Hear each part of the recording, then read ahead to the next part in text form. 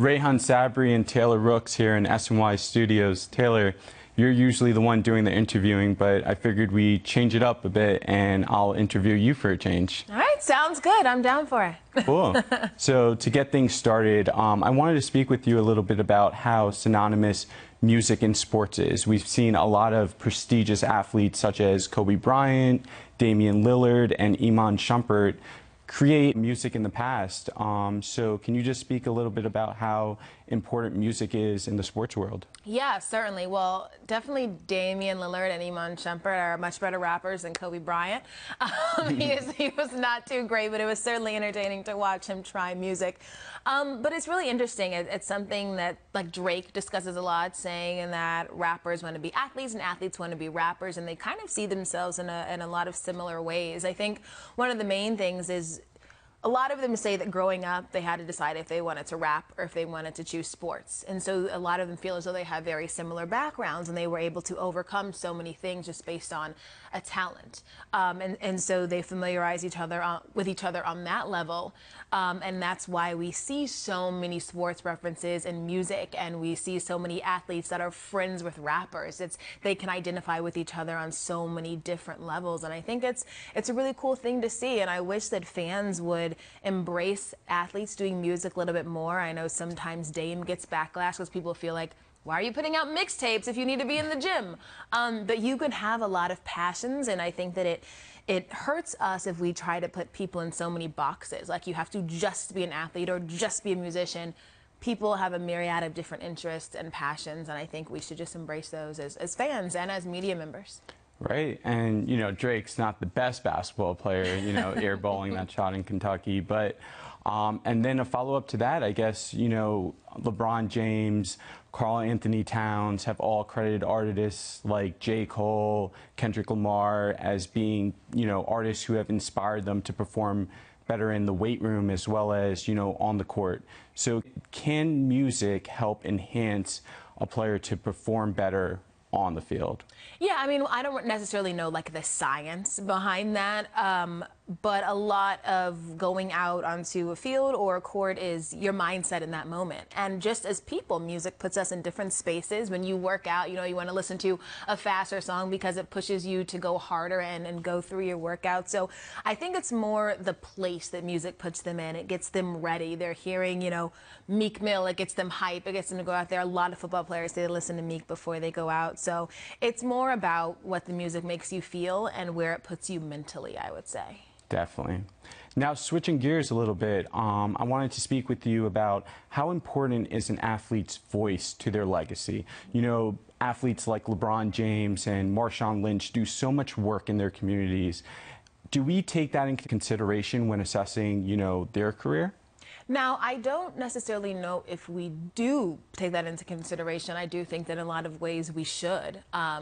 I mean, I think it's universally known that people think Michael Jordan is the greatest basketball player of all time. You definitely think he's one of them if you don't think he's the best.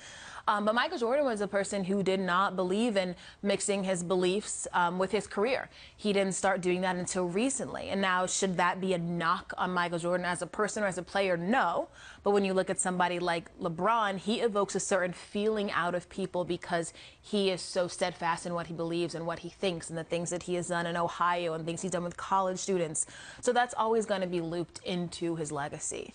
And I think in a lot of ways, we identify athletes with the emotions that they make us feel, which is why I think sometimes younger people think LeBron is the better athlete and older people think that Michael Jordan is, because we watch them, we know the emotions that they evoked out of us as we watched them play.